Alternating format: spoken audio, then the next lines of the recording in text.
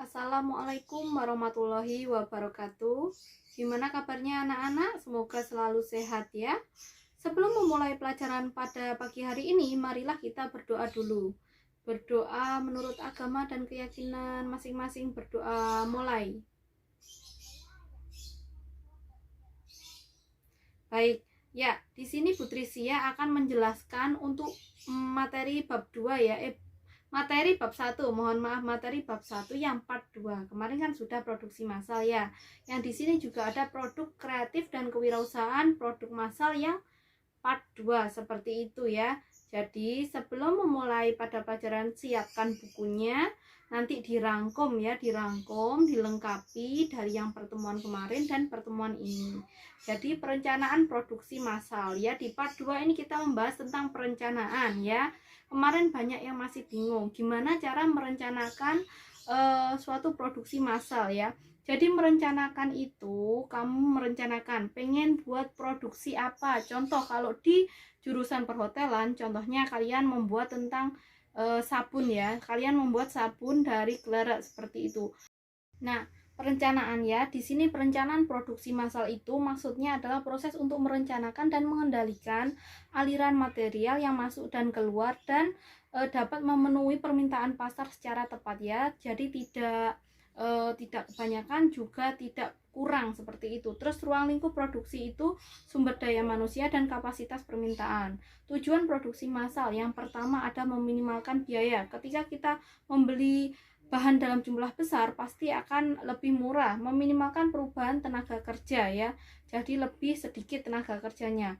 Fungsi produksi massal yaitu yang pertama untuk menjamin rencana produksi ya. Jadi rencana produksinya dalam jumlah yang besar itu sudah dapat ditentukan. Mengukur kapasitas produksi, alat untuk memonitor hasil produksi ya. Jadi untuk memonitor hasil produksinya. Unsur dalam perencanaan yang pertama tujuan produksi, yang kedua ada pengukuran standar produksi, yang ketiga ada perencanaan yaitu fakta objektif yang sebenarnya. Perencanaan harus bisa diukur, tidak asal-asalan. Tahap awal produksi seperti itu ya.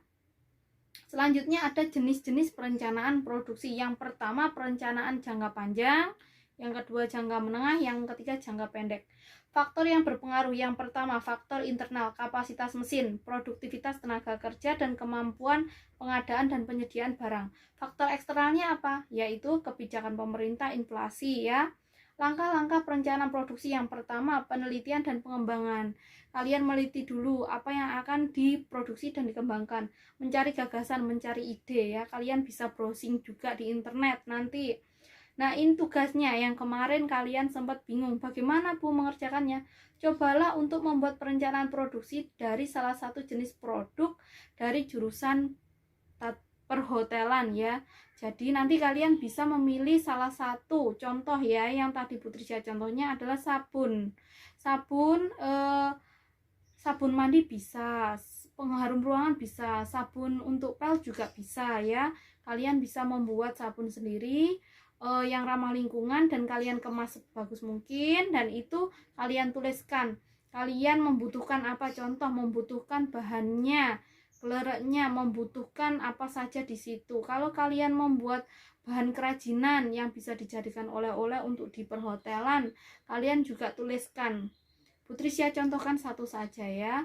Contohnya kan tadi Putri Sia mencontohkan sabun gelerak ya. Jadi kalian nanti menuliskan biaya botolnya itu berapa, terus air untuk pencampurannya juga, terus geleraknya juga berapa. Contohnya yang sudah dibuat dari jurusan perhotelan oleh Bu Winda kemarin ya, itu bisa kalian praktekkan dan bisa dikembangkan untuk produksi lebih bagus lagi. Kalau kalian nanti ketika sudah lulus, kalian bisa memproduksinya secara massal, ditawarkan ke hotel-hotel, dan itu akan menjadi income untuk kamu seperti itu. Mungkin di bab ini Putri Sia akhiri sampai di sini dulu. Nanti Putri Sia sambung lagi supaya lebih paham apa itu dan bagaimana cara mengerti tentang produksi ya. Produksi baik dalam jumlah kecil dan di sini dalam jumlah besar atau dalam produksi massal seperti itu.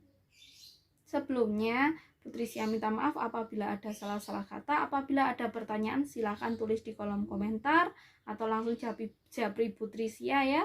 Mohon maaf wabillahi taufik wal hidayah. Wassalamualaikum warahmatullahi wabarakatuh.